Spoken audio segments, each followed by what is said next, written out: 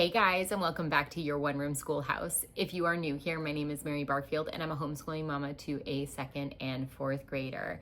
We just finished up our summer school, which means that we are starting our first day of school officially this coming Monday after I post this video.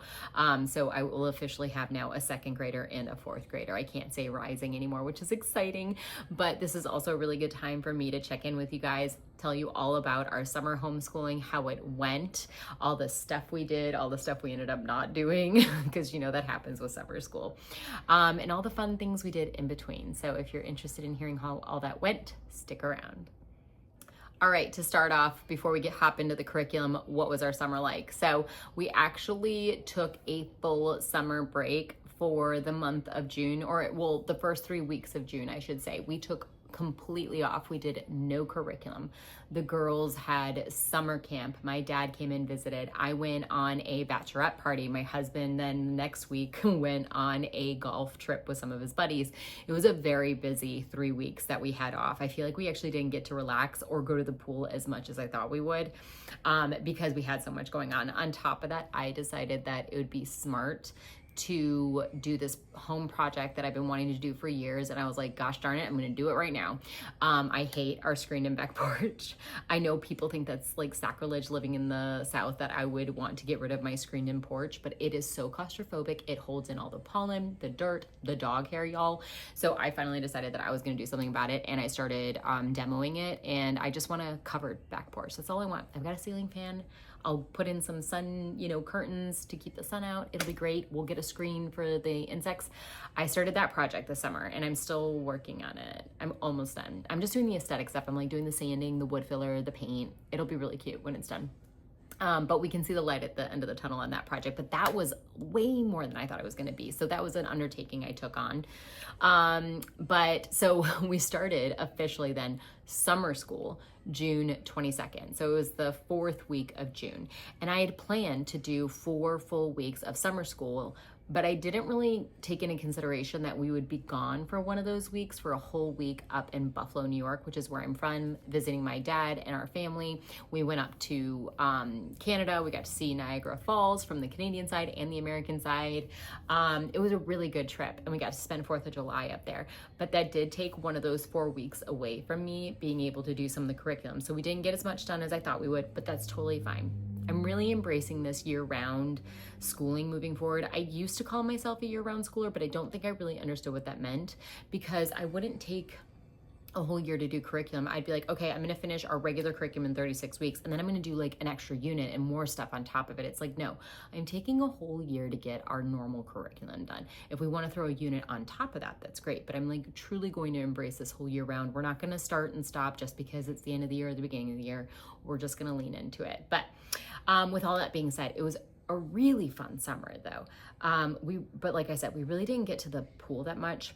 On top of that, I had a little bit of a flare up with some of my health stuff going on, which kind of slowed me down a little bit, which stunk, not gonna lie. But I did go to the doctor. I got my labs done, and shockingly, all my Hashimoto's markers and my selenium and my vitamin D and my ferritin and all those things that get taken into consideration when you have Hashimoto's were all great.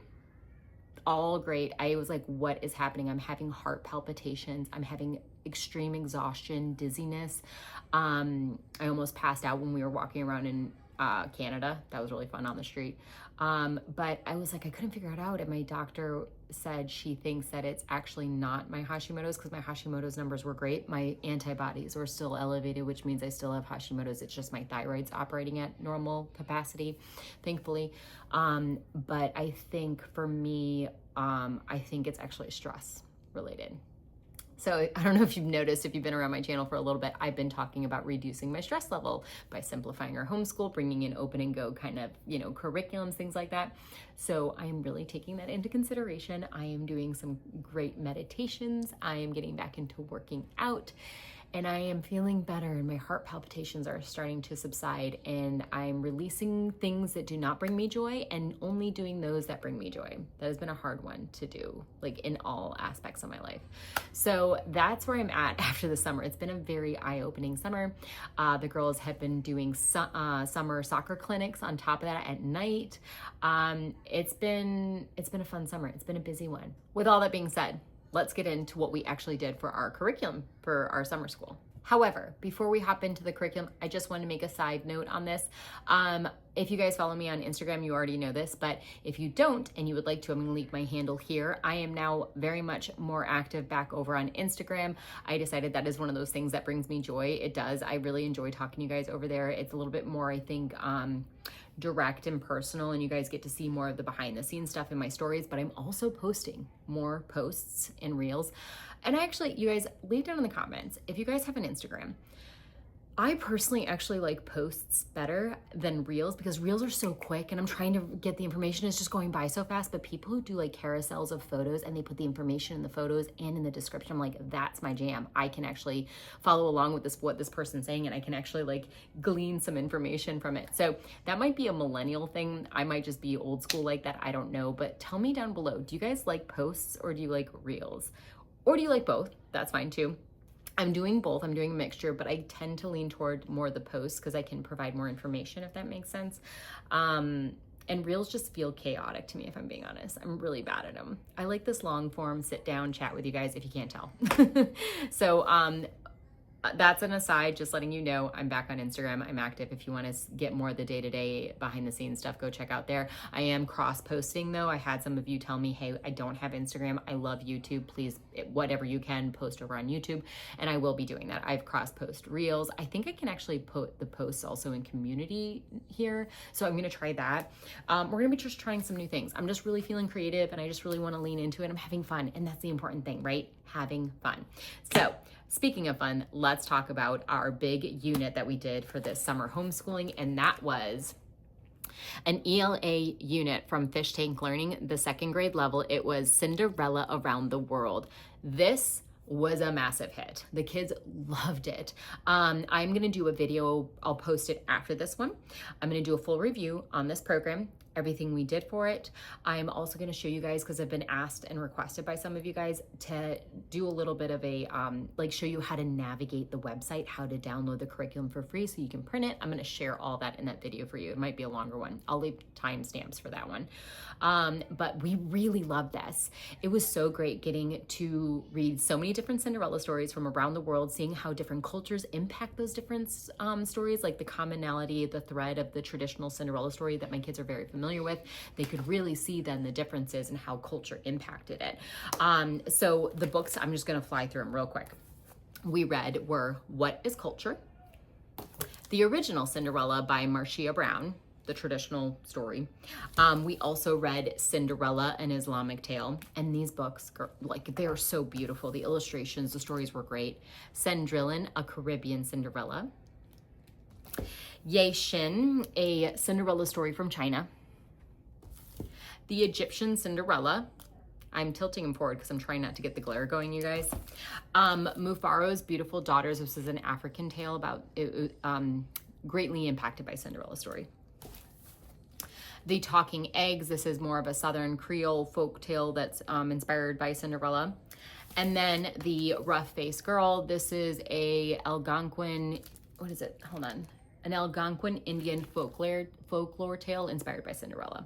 So as you can see, like a variety and plethora of different cultures, how they take the Cinderella story and make it their own with their own culture impacting it. We also watched some great movies, you guys. We watched Ever After, which is all of our favorites.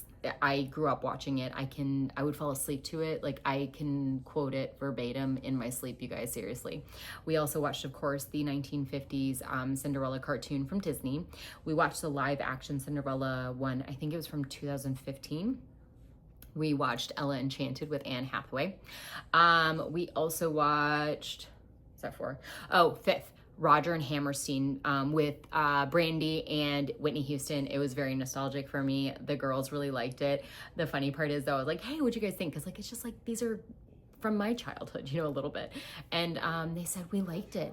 but it was a little too romantic. And I was like, "Ugh, okay, whatever." So I was like, okay, we're gonna try it again in another 5 years, and I bet you they won't say it's too romantic. But they really liked everything. There was one book. It was, I just, as a trigger warning, I will say, for any of you with sensitive learners like I have, my oldest did not like this book, because Ye Shen, a Cinderella story from China, her evil stepmother finds her, like, it's like a massive koi fish that she's been keeping as a pet and feeding, and she finds out about it, and she goes, well, she sends Cinderella off to the market. She goes and takes a knife and lures the poor fish out. It's actually really sad, and stabs it and kills it, and then feeds it for dinner. It's kind of messed up, you guys. So I don't blame her for getting upset, but as I was reading it, I was like, oh, this is not going to go good and go well. And then as I finished the sentence, I look up at my oldest daughter and she just burst out crying. I was like, I'm so sorry. I didn't know that was going to happen. But I was like, listen, I convinced her. I was like, let's read the rest of the story. I'm sure it ends in a very happy ending, and it did, and all is well. But she was like, I'm not reading that one again. That was for the birds. I was like, I totally agree. We don't have to. So it was a really good unit. We really enjoyed it. We got a lot out of it. Again, I'll go into more depth in a review video after this. There's just too much I could talk about, and it would make this video way too long. And you guys know I talk enough without needing any extra help. So this was great. Oh, one other thing I was going to say is that we didn't just read the books and discuss and learn vocabulary, but we also had writing prompts every lesson. And so I printed out for both my girls a copywork and narration notebook. And actually, I was talking to you guys on Instagram, and you guys really like these. So I'm going to offer these on my Etsy shop. I'm hoping they are live by the time you guys see this video. That is my hope. I am going to try my hardest. And so I did something a little different. So this is what I would consider kindergarten through second grade pages. I'm going to offer these on their own, but I'm also going to offer them with these covers. So you guys, or actually I might just, I don't know, I'll figure it out. But so there's a spot for your child to draw their narration. They can write their narration, but you see the reason it's kindergarten through second grade is because it has the dots to help them with their letter formation. And then for my oldest daughter, she wanted a under the sea coral. She didn't want a bunch of animals. She did want a sea fish. And then that was her whole jam that she wanted inside this. I'm so sorry for the glare, you guys. This book belongs to Emery Barfield. And then on the back, and then her lines are different. She's just got straight lines. This is more like you graduated from trying to form your letters correctly, and you have these lines. And again, same thing, space to write, and then, or draw and then you write. So we would do our writing prompts in here. Here, I'll show you one. For example, like this one, the Egyptian Cinderella story. So there was a writing prompt. I can't remember what it was, but her response was, the falcon is the godmother. Oh, what did the falcon represent in the story? Because there wasn't a godmother, but the falcon was basically the godmother in the character. But in the other stories, it's a human, but in the Islamic tale, the godmother is the grandmother. So she was just giving more information about what the falcon represented in this story, but she also went ahead and took it a step further and compared it to the previous story, which was the Islamic Cinderella. So I thought she did a really good job. She did really well in these books, you guys. And so did my youngest. My youngest did it a little differently because she's not able to, she's not quite ready to write her own narrations. Her strength is not there yet.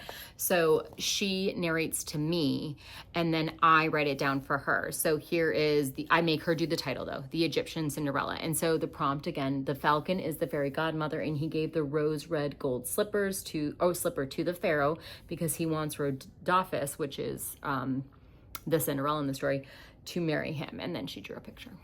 So I thought it was pretty good for second grade. I don't know. I thought they did pretty good. I don't know. It was a really fun summer. They told me, tell everybody FishTank rocks. We liked it. I'll definitely consider trying to bring it in at a later date in some form or capacity in our curriculum moving forward. They've got some really good units that are history-based, geography-based, culture-based. Like there's a lot of different topics that they bring in with the units with different books. So it's not just your average language arts. They also intertwine those different subjects into their units, which I think is really amazing, and then allows you to either use that one unit in tandem with your curriculum, or you can go ahead and buy, you don't have to pay for it. You can get the free version, but you can go ahead and get the whole grade level, and it can just be your whole entire ELA for the year. So I thought that was really great, but we will definitely be incorporating them in the future into our curriculum. Next, let's talk about math. Okay. So obviously lots of math with confidence, you guys. So we didn't do math daily because again, in summer school, I wanted them to keep working on math so they didn't backslide too far and didn't lose those skills. So we essentially did 2 lessons every week. And we did book work Monday through Thursday, and then Friday was our chill fun day / watch a Cinderella movie kind of day. And so the way that we did that was I would have one kid do math Monday and then Wednesday, and then the other kid would do it Tuesday, Thursday, so alternating so they didn't get burned out. So my youngest daughter is still working her way through math with confidence 2nd grade. We ended on 13.2. So she's more than a third of the way through 2nd grade. This is going great. She loves it. All is well there. My oldest daughter is at the very tail end of 3rd grade math with confidence. I thought we would be able to finish it out before starting 4th grade, but because of that trip to Buffalo, New York, we ended up getting a little bit behind. So she's gonna have to do like 2 lessons at the beginning of 4th grade in the 3rd grade math with confidence book, but then she will very quickly, within the first week, move on to the 4th grade math with confidence. I'm super pumped for her. She's really excited to hop into this level. It looks really good, but literally nothing but wonderful things to say about math with confidence. It's working great for my girls, and it was a nice constant to keep us going through the summer. Next, let's talk about language arts for each of my individual girls. So they're each doing 2 different programs for language arts. And I had originally planned just to do language arts 2 days a week. So the day they did math, they wouldn't do language arts. They would alternate. So they do math, language arts, or flip it, because I didn't want to do an all-day math one day and then all-day language arts. I would have like Emery do math Monday, Charlie would do language arts Monday, and then I would flip it for the next day and so on and so forth. However, looking into both of their different programs they're doing, we basically decided, let's just start them. My oldest daughter was starting something brand new, Hearth and Story, 3rd grade level. And my youngest was starting Blossom and Root level 2 language arts. So I was like, let's just get ahead in them. Let's start them. Let's see if we like them. Because, if we don't like them this summer, we still have time to change and flip into something new for language arts for this upcoming year. And I really liked that. And I'm going to do that moving forward. I'm going to start our school year gently into like in the summer before, and especially if we're trying out something new, I really want to start that in the summer so that we can see if we like it or not, so that by the time we get to the actual school year, we can pivot if we need to and it's not impacting our school year. I am happy to report that both of the language arts programs worked out very well, and we will be continuing with them into the school year. So my youngest, like I said, is doing Blossom and Root Language Arts Level 2. She completed 3 weeks of this program, and it was a massive hit for her. She specifically told me, and I wrote this down, so I'm looking at my notes. She told me what she likes the best is the mini poems, which I'll share with you what those are. She likes the fact that in her student notebook, she likes her student notebook, but the fact that there's a drawing space for all of her stuff, whether it's a journal prompt, narration, etc. She likes that she can draw pictures of the story in there.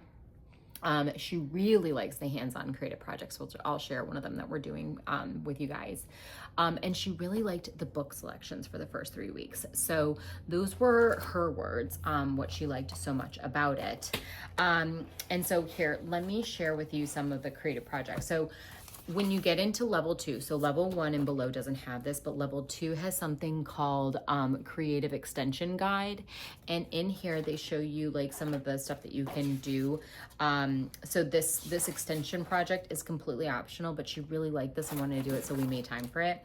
So the first project is meant to span over weeks 1 through 5, and it's using figurative language and learning about tall tales. So it coincides with what we're reading about in the books.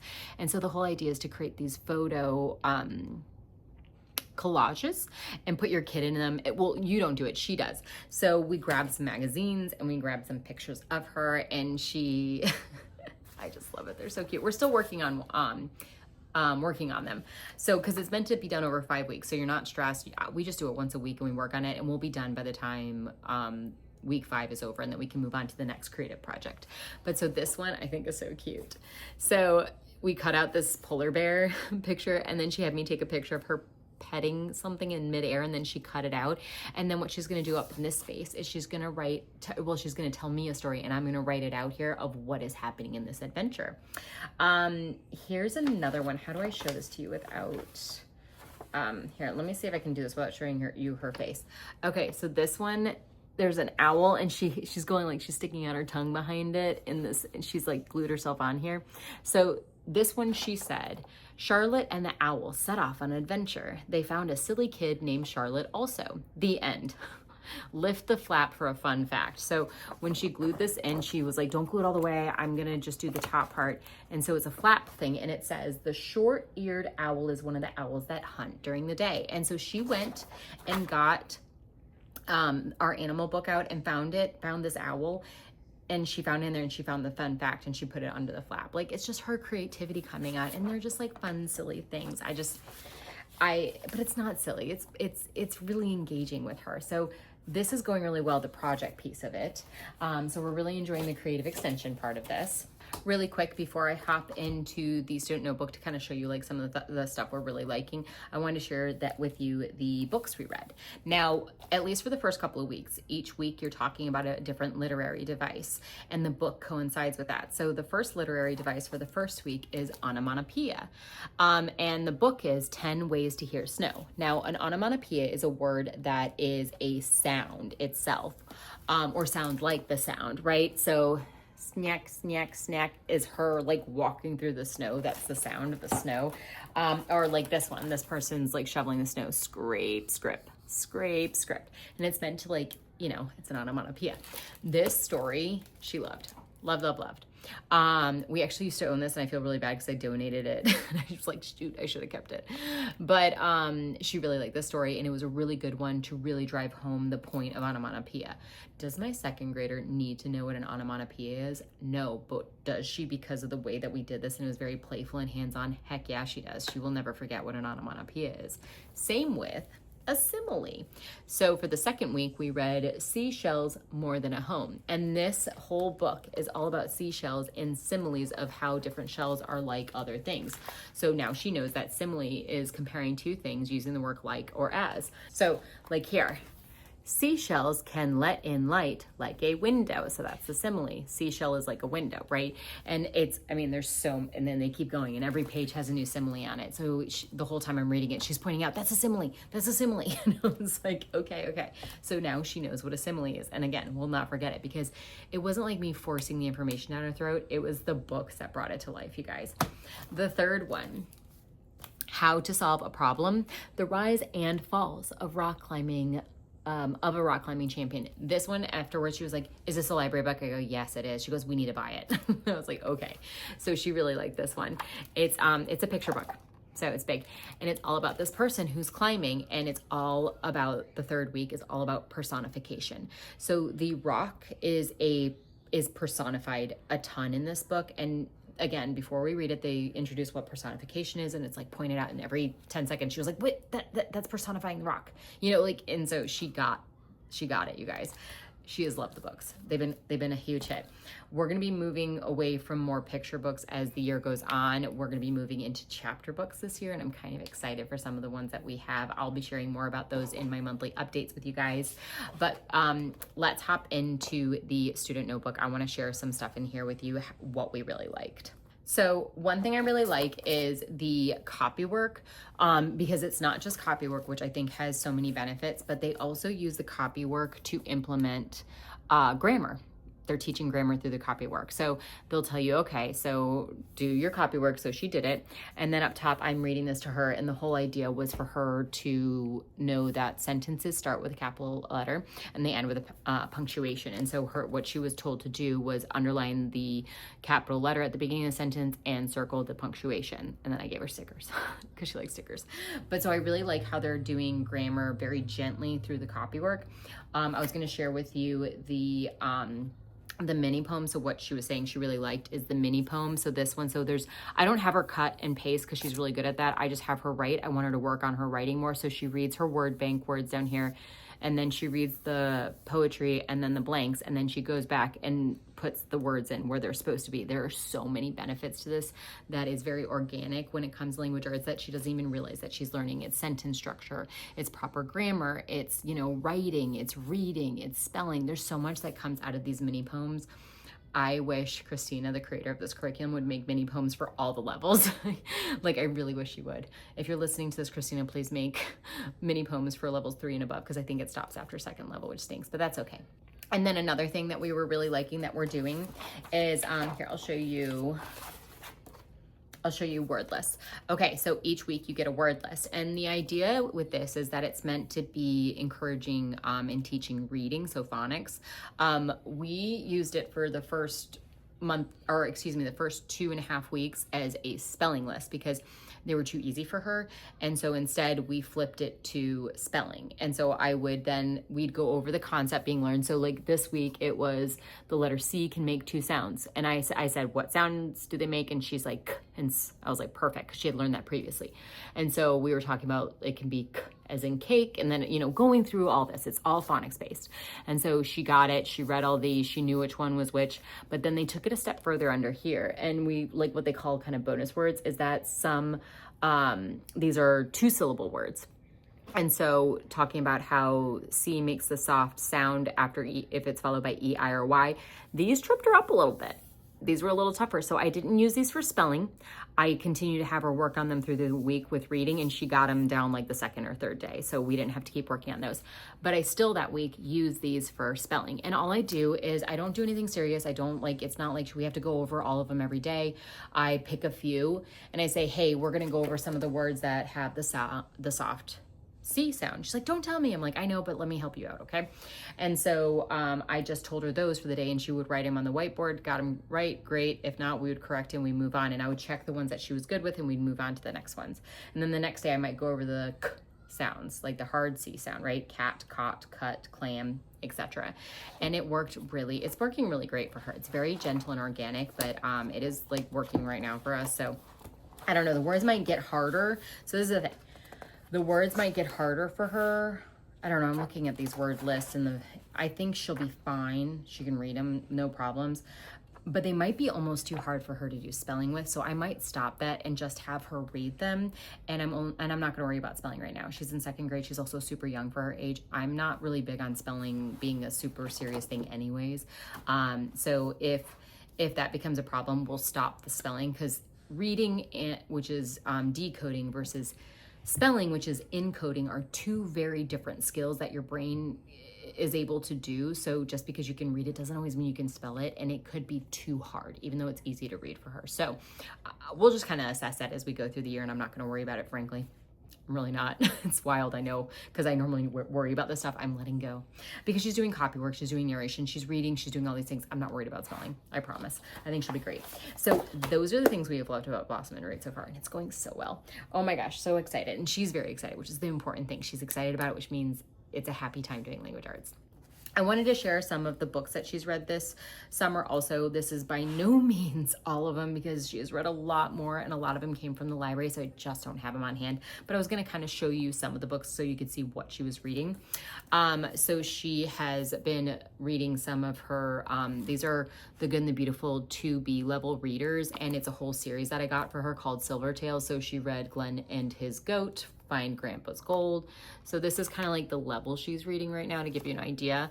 She's also read some more of the 2B level. This is from the Good and the Beautiful. It's Maria series. So Maria's Many Kittens she read.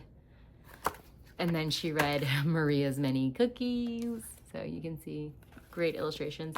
She's also really into the Narwhal and Jelly series, which is more of a comic book. They're this like kind of dynamic duo, odd couple kind of thing happening. They're funny. So it's definitely very comic book. There's like some words, there's none at all. And then there's like a whole page here of really fun facts about narwhals and jellyfish, you know, but like really good. So she's read book 1 and 2 of that. And again, like I said, there's been so many more. I have a whole list.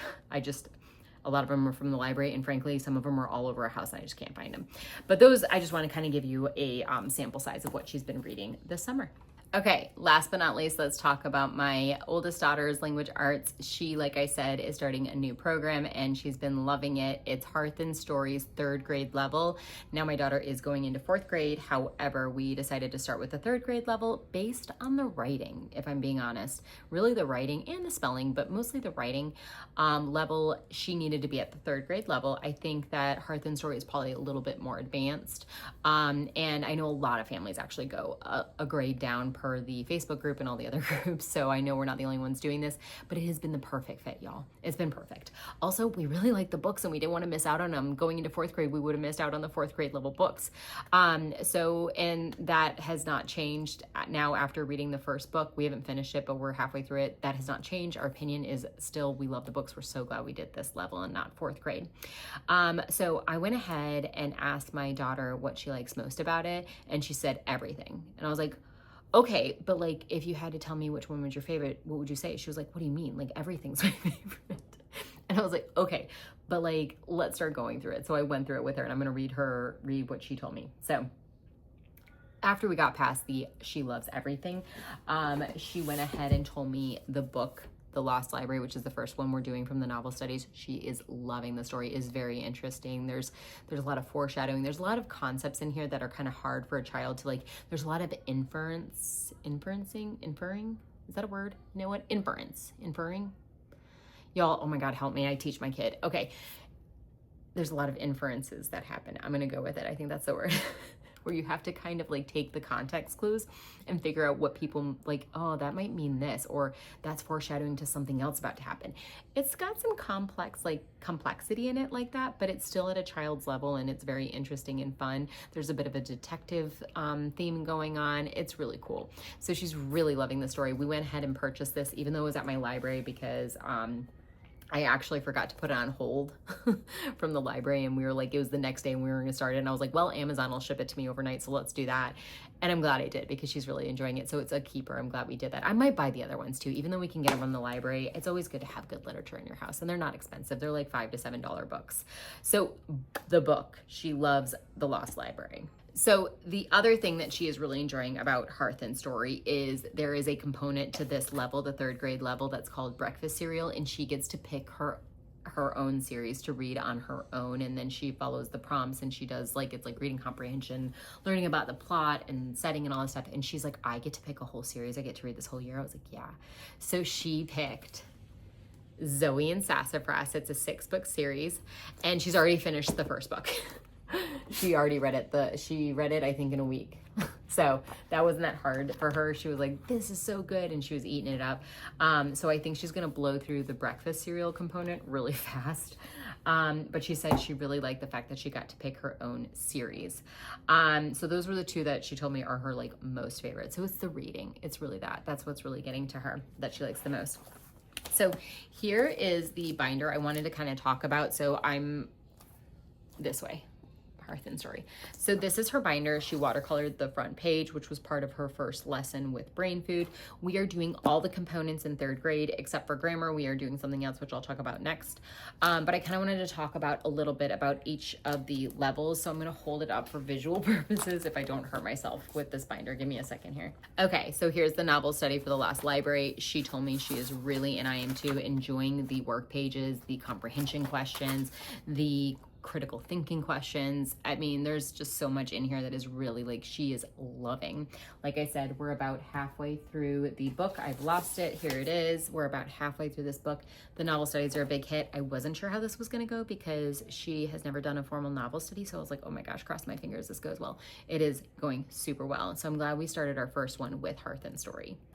Next, we are doing spelling. And so we are following the schedule that is provided in the parent resource file. So basically we do one lesson of the novel study that we're on and one lesson of spelling every day. And then you add in one of the other components on top of it. So you're doing 3 things a day.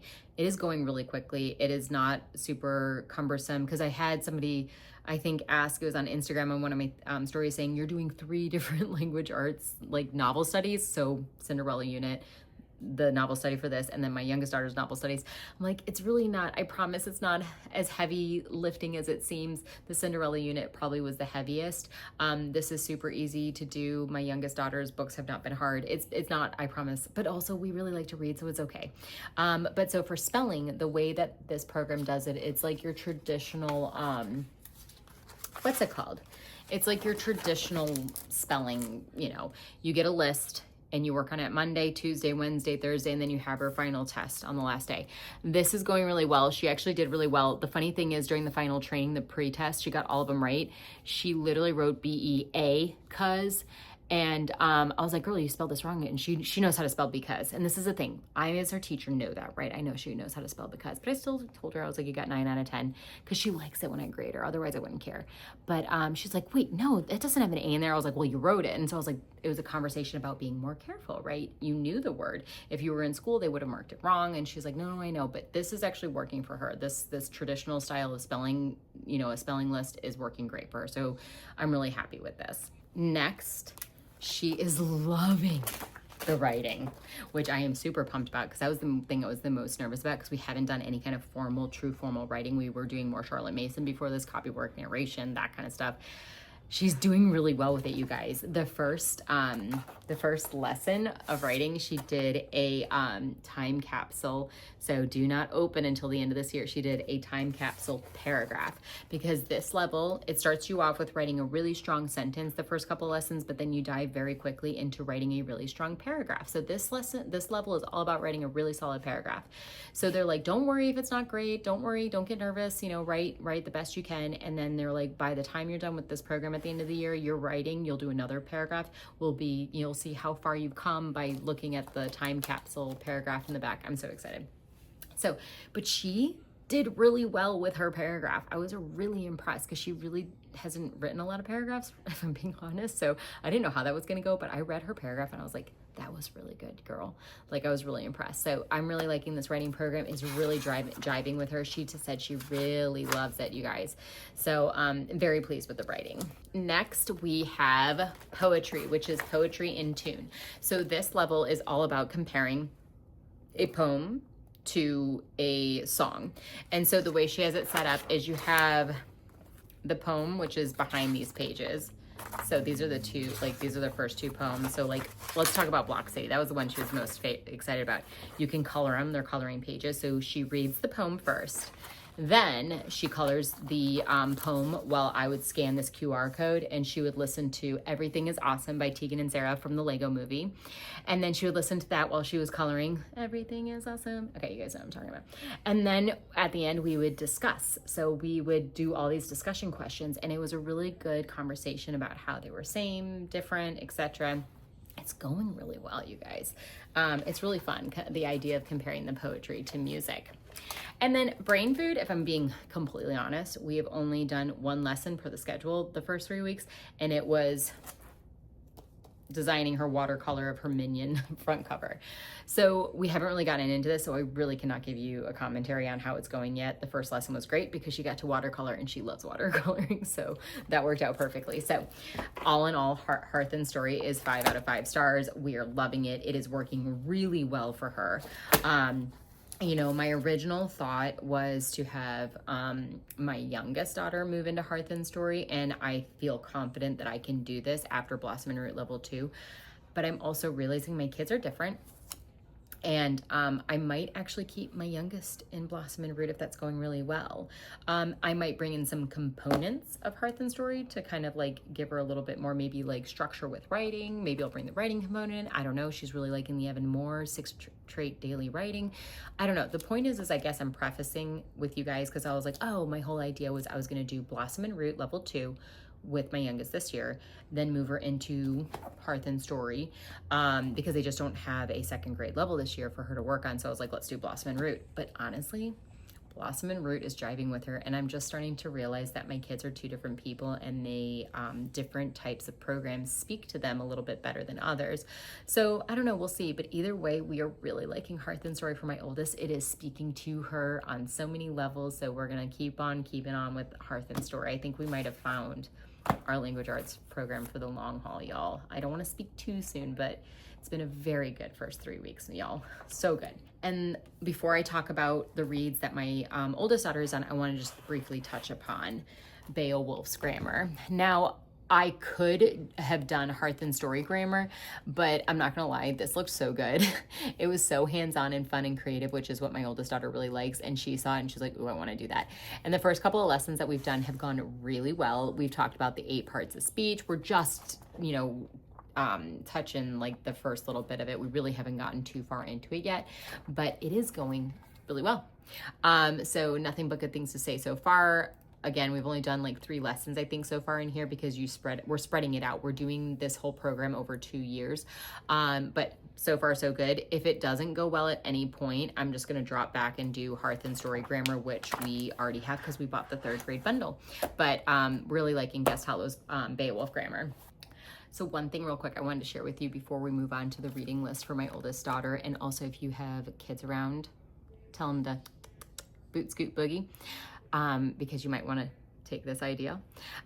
So the first lesson, you use cardstock and you print out this and you glue together the box and you print out Beowulf, he's on a leash and everything.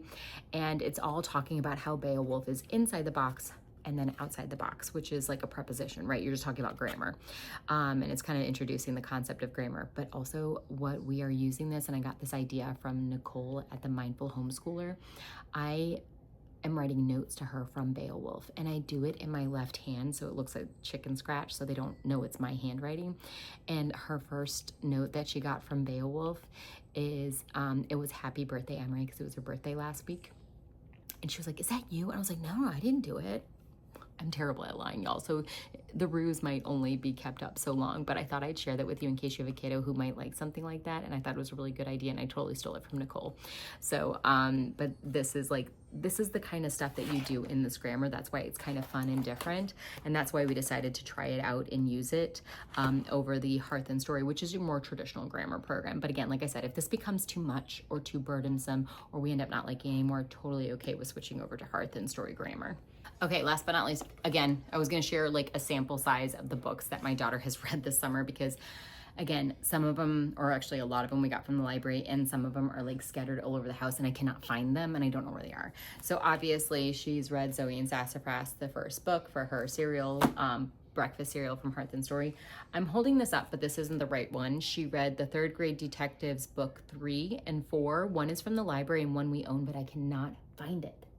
It's eluding me. I don't know where it went, but I wanted to share with you. She did read the 3 and 4. She read 1 and 2 this school year, at the end of the school year, and she's like, I want to keep reading them. So she read 3 and 4, and she really liked the 3rd grade detectives.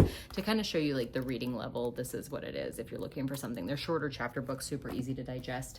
She's also continuing through her Badger Hills Farm series. She finished Oak Tree Mystery, which was book 4, and she is just about to finish book 5. I think she's got 1 chapter left, so she'll finish that before next, like our school year starts. She also was reading all the Narwhal series books. So these are a few of them that she's already read. This one's the Christmas edition. It's number 5. This one's number 3. That's 3. And then this is 7. But she read 1, 2, 4. They're somewhere in my house, y'all. She's read these 2, but these are easy for her. These are just fun, but they're fun for a 3rd grader because this is like an easy read. This isn't challenging. It's just fun, relaxing for her to read. These are probably on level, but like, so not so challenging. I probably should have her read more challenging books. You know what? No, because she does read The Lost Library. We do every other lesson. I'll read, she reads. This is a little bit more challenging for her. So she's reading like easy, on level, and hard reads. Like she's doing a mixture of them, right? This is a longer chapter book. This is her first one she's reading that's a little tougher. So it's working out great. But it's not so challenging that she can't read it. It's just, I do read it sometimes to help her out from a stamina perspective. So we do every other day. I read a chapter, she reads a chapter. And that's everything, you guys. That was how our summer went. It was a really good one. I'm super pumped to start our school year though on Monday. I'm so excited to dive into Build Your Library Level 1 with all the ancient amazingness that we're gonna do. I am super also pumped to start Book Shark Science. It's right there on that shelf right there. You guys, I am like, I am insanely excited about this school year. I feel like it's going to be such a good one. I have such high hopes for it.